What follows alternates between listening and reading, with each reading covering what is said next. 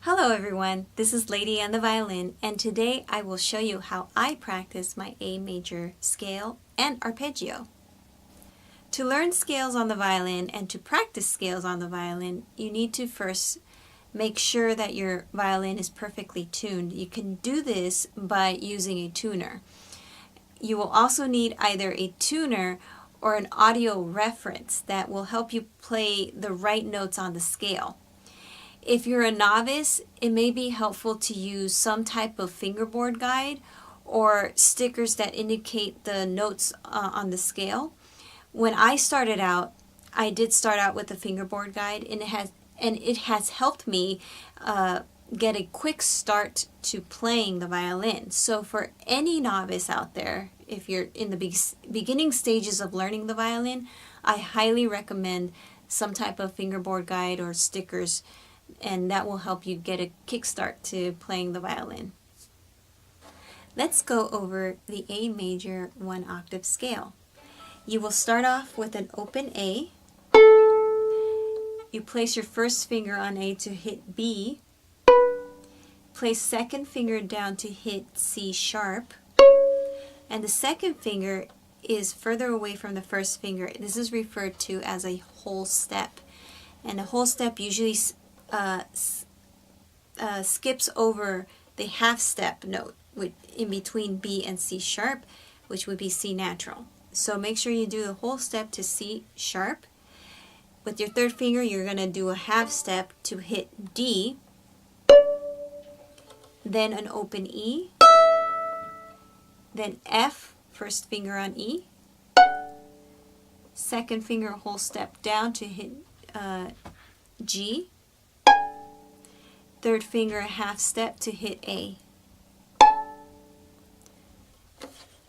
From there, I practice the scale backwards, and that's your A major 1 octave scale. In this next demonstration, I will be using slow bow strokes, and I will also be using a tuner as a note reference to make sure I'm hitting the right notes. And I will start on the count of 4. So here it goes. 1, 2, 3, and...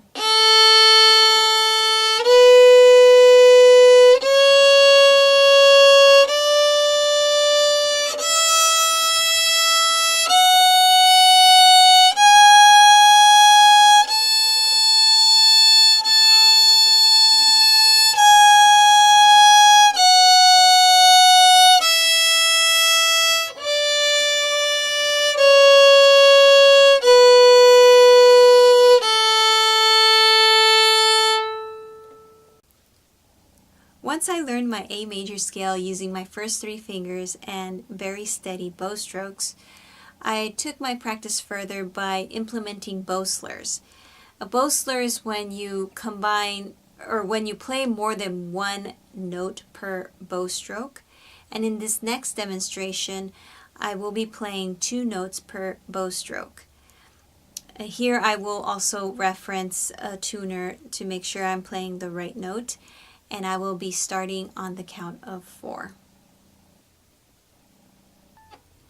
1, 2, 3, and...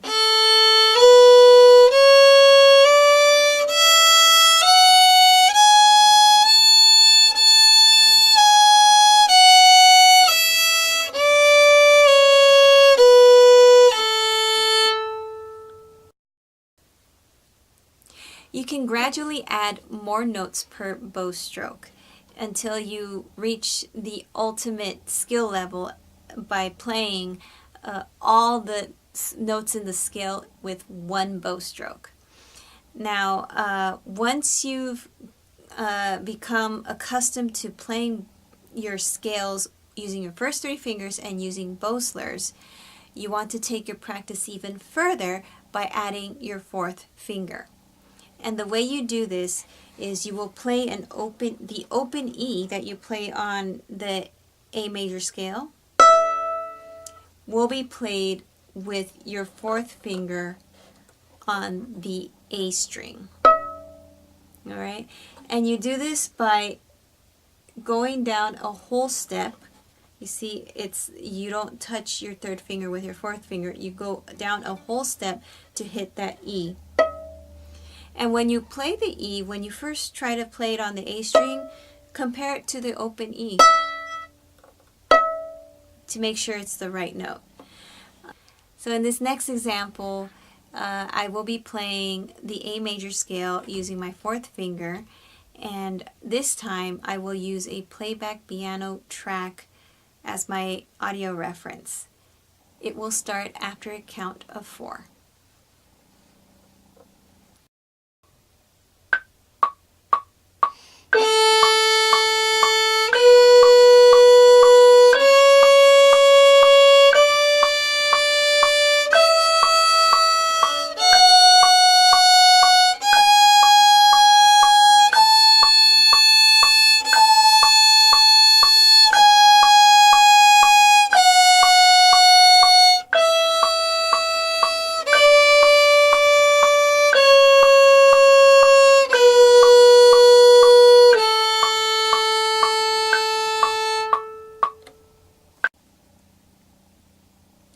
It's also important to learn the arpeggio of each scale that you learn simultaneously.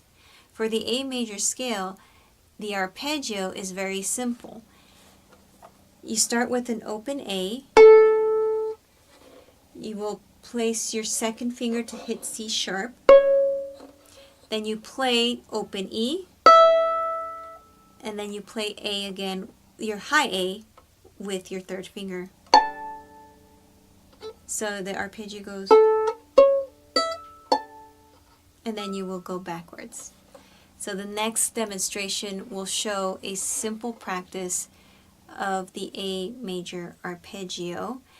Here it goes.